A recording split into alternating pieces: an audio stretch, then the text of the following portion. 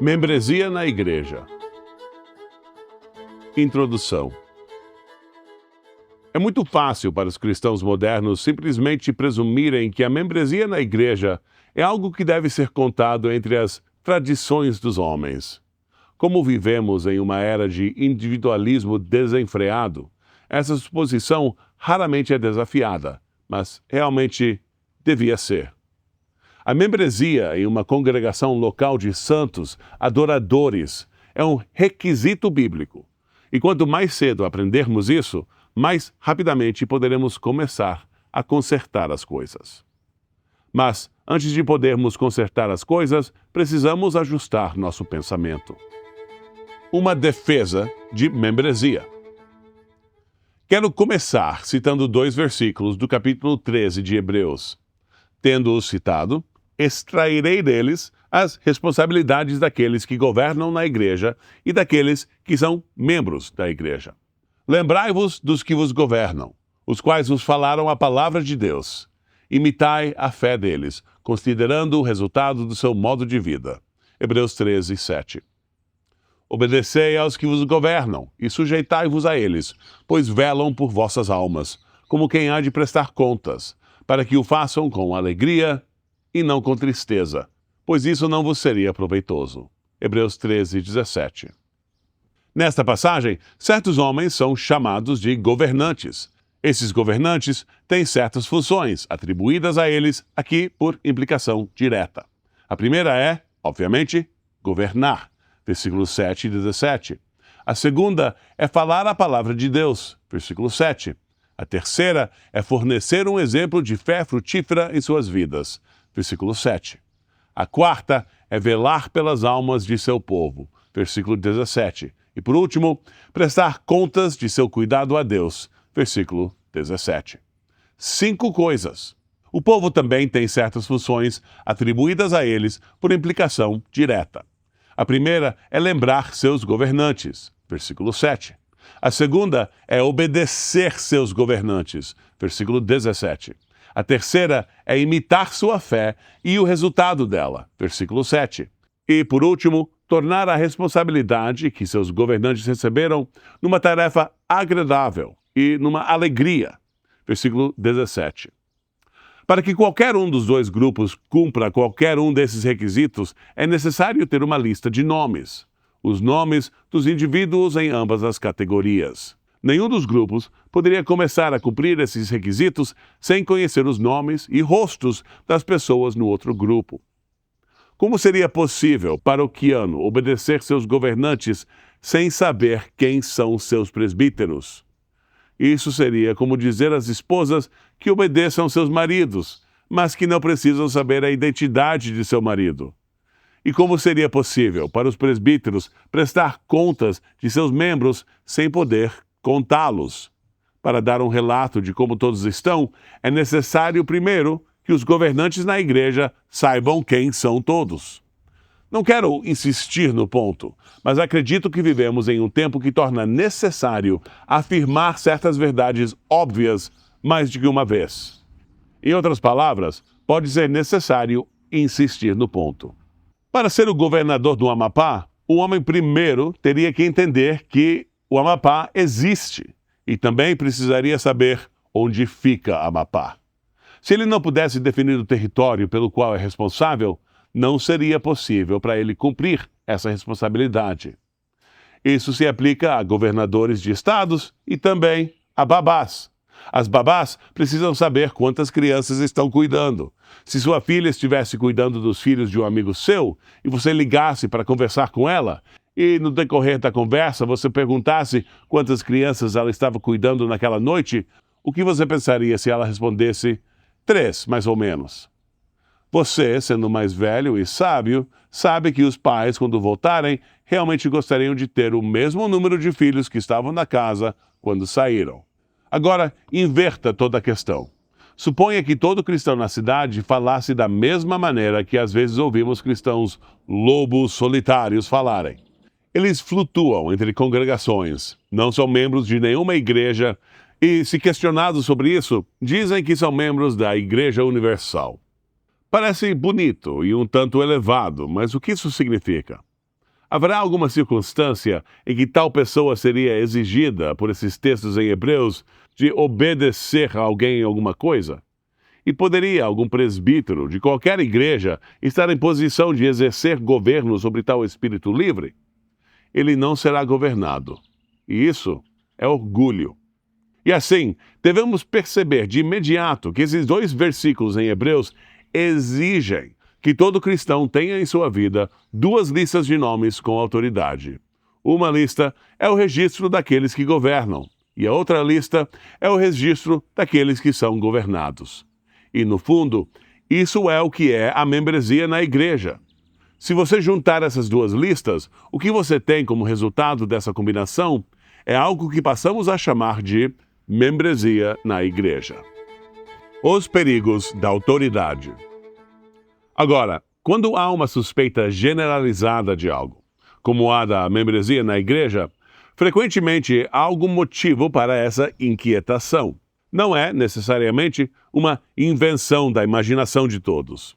Antigamente, quando a membresia na igreja não era questionada tão rotineiramente como é hoje, houve movimentos em que a autoridade envolvida na relação era, francamente, abusada.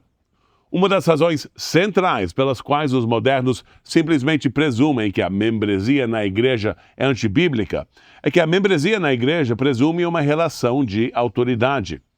Isso é refletido nos dois versículos que citamos em defesa da membresia, que usaram frases como governam sobre vós, sem qualquer constrangimento aparente. Então, há verdadeira autoridade ali. Mas o fato de ser uma autoridade verdadeira não a impede de ser mal utilizada. Este é um mundo caído e, exceto pela autoridade de Deus mesmo, todas as autoridades são capazes de usar mal sua posição. Também temos a tentação de interpretar mal como e por que uma forma particular de autoridade pode ser mal utilizada. Assim que alguém menciona certas formas de autoridade que atualmente estão em desgraça, estou pensando na autoridade dos maridos sobre as esposas, dos pais sobre os filhos e dos presbíteros sobre os membros da igreja. Nossas mentes voltam-se, natural e reflexivamente, para os possíveis abusos dessa autoridade. Isso por si só é uma preocupação razoável, porque este é um mundo pecaminoso e as pessoas em autoridade têm a tentação de abusar dessa autoridade. Isso acontece, mas também é verdade que, quando há um uso generalizado de uma autoridade particular, como há em nosso tempo com a autoridade do Estado, esse abuso não terá falta de defensores. C.S. Lewis, uma vez, comentou sobre nossa tendência, quando confrontados com uma enchente, de pegar os extintores de incêndio. Em nossos dias, por exemplo, muitos líderes cristãos que aconselham submissão completa e total ao Estado são rápidos em aconselhar as esposas a se afastarem de seus maridos. Por que a diferença? A posição bíblica é que a sociedade humana contém autoridades genuínas, mas também devemos adicionar imediatamente que nenhuma autoridade humana deve ser considerada absoluta. Apenas a autoridade de Deus é absoluta. Ele sozinho é incorruptível. Então, foi um impulso cristão genuíno que levou Lord Acton a dizer que o poder corrompe e o poder absoluto corrompe absolutamente. Mas ele estava falando nessa declaração sobre a autoridade das criaturas, não o tipo de autoridade possuída pelo Deus incriado. Deus é totalmente bom e ele é imutável, o que significa que não precisamos nos preocupar com sua onipotência corrompendo-o. Mas ele delegou poder e autoridade genuínos a nós, e somos criaturas caídas e finitas. Isso significa que somos suscetíveis à tentação de abusar da autoridade que nos foi concedida. Também somos suscetíveis à tentação de nos irritarmos sob os requisitos de uma autoridade legítima. Portanto, devemos nos proteger em ambas as direções. Devemos tomar cuidado para não nos impor sobre aqueles sob nosso comando, e devemos tomar cuidado para não ressentir quando a autoridade ilegítima exige algo de nós. Deus nos dá instruções em sua palavra com relação a ambas essas tentações. Os presbíteros da igreja são instruídos a não serem senhores sobre os que vos foram confiados, mas sendo exemplos para o rebanho. 1 Pedro 5,3. E Jesus disse aos seus discípulos para se protegerem contra essa tentação particular. Mas Jesus, chamando-os a si, disse: Sabeis que os príncipes dos gentios exercem domínio sobre eles, e os grandes exercem autoridade sobre eles. Não será assim entre vós, mas todo aquele que quiser ser grande entre vós, seja vosso servo. Mateus 20, 25 e 26. Uma das maneiras de nos protegermos é reconhecer que somos propensos a reagir a excessos anteriores. Martinho Lutero uma vez comparou a humanidade a um bêbado que cai do cavalo do lado direito, então, na próxima vez, cai do lado esquerdo para equilibrar.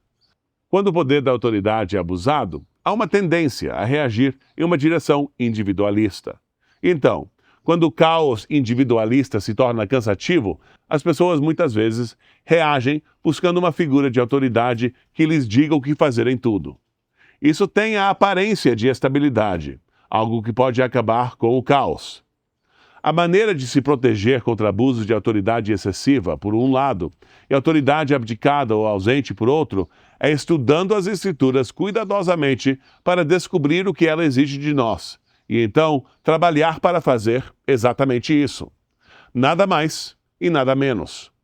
Se fizermos isso, nos protegeremos bem o suficiente. Mas devemos nos proteger contra as tentações que realmente estamos propensos a encontrar, e não aquelas que imaginamos estar ameaçados. Tendo reconhecido que os problemas podem ocorrer em qualquer direção, ainda temos que reconhecer quais são nossas tentações reais.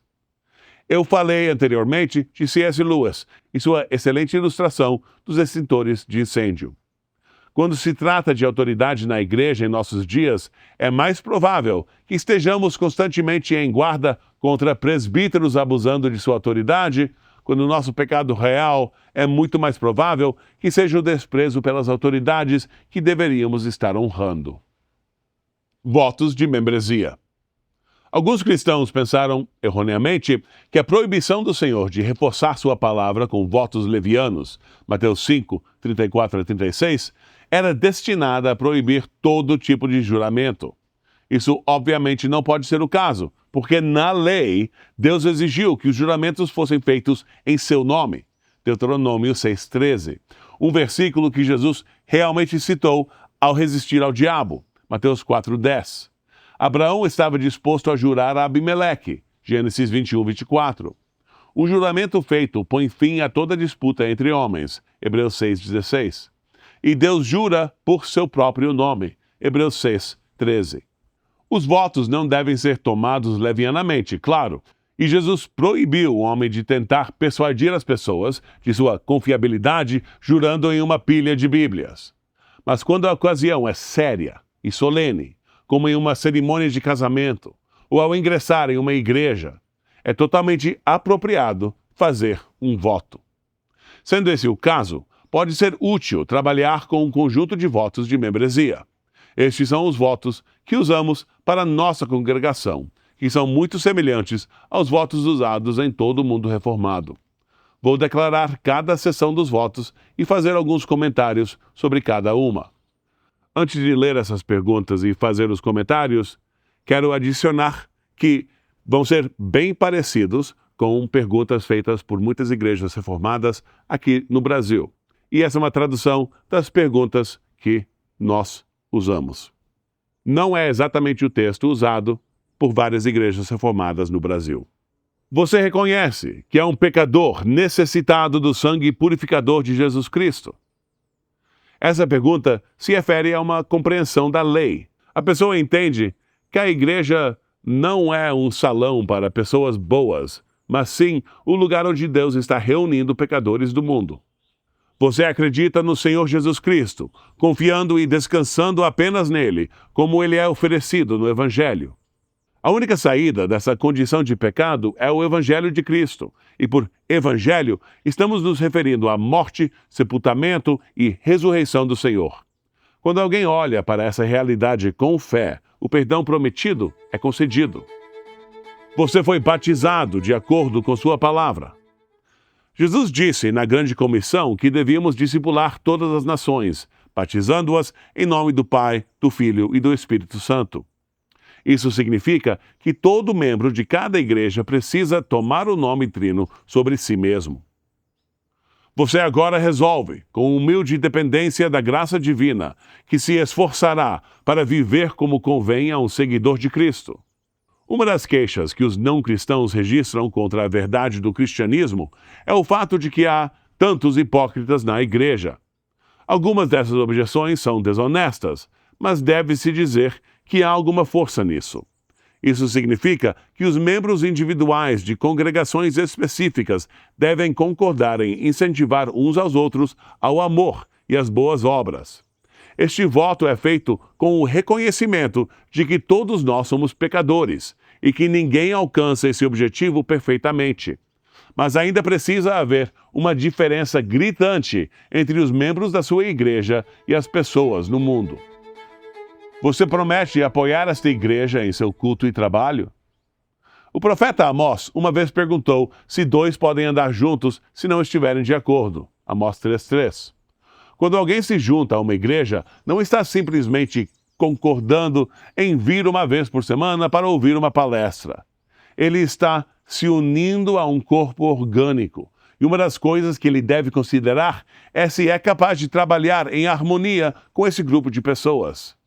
Às vezes, você mantém a unidade dos cristãos mantendo-se afastado de alguns grupos deles. Juntar-se de maneira descuidada pode facilmente levar a conflitos desnecessários.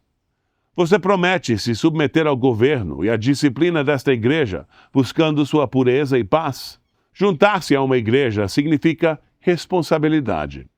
Se você se juntou a uma igreja saudável, que é o único tipo ao qual você deveria se juntar, eles são o tipo de igreja que não permitirá que você trapaceie nos negócios, abandone seu casamento, abuse de seus filhos ou, de outra forma, desonre o nome de Cristo.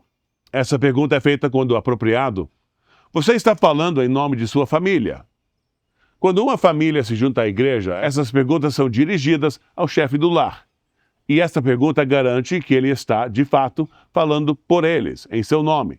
Vocês, como congregação, recebem esses novos membros em comunhão com vocês, renovando seus votos de membresia ao fazê-lo?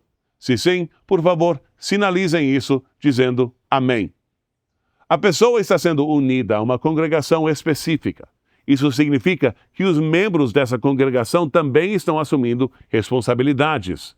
Isso não é um ato solitário, mas sim uma transação mútua. E como todas essas coisas, com base nas Escrituras, é destinada à edificação mútua.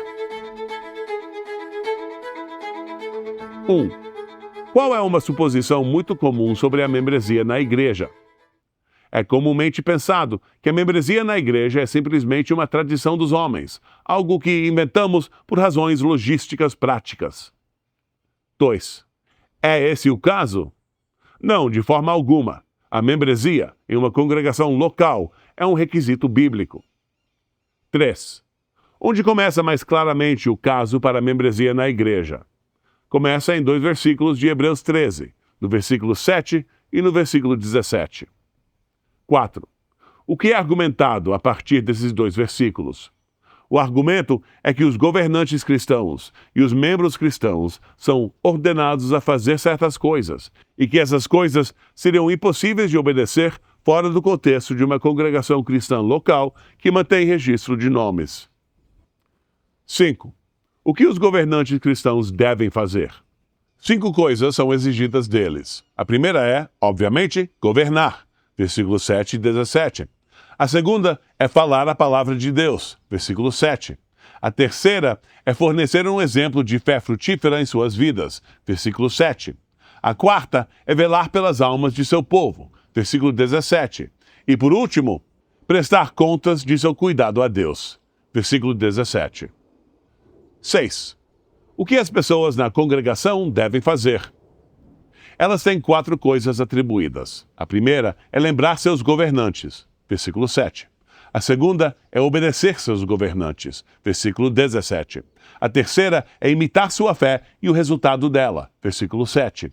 E por último, tornar a responsabilidade que seus governantes receberam numa tarefa agradável e até numa alegria. Versículo 17. 7. O que é comum em todos esses requisitos?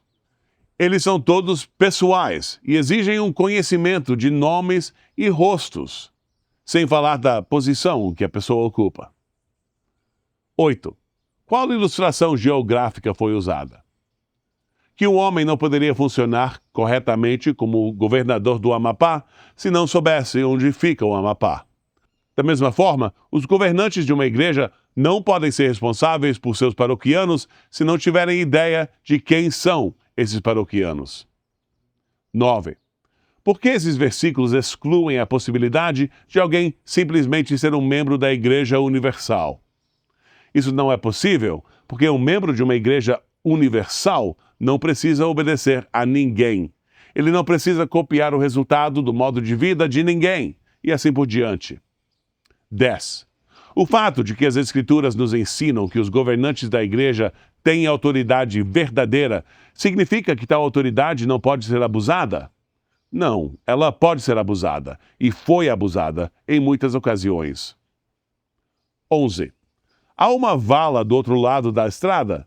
Sim, a autoridade na igreja é abusada quando os líderes se impõem sobre o rebanho, o que o apóstolo Pedro proíbe. Mas a autoridade da igreja também é abusada, por ser desprezada, quando os cristãos rejeitam a autoridade legítima de seus presbíteros. 12. É lícito para os cristãos fazerem votos? Sim, eles não devem fazê-lo levianamente ou sem pensar, mas Deus exige que façamos nossos votos em seu nome. Deuteronômio 6:13. Um versículo que Jesus citou enquanto resistia ao diabo. Mateus 4:10.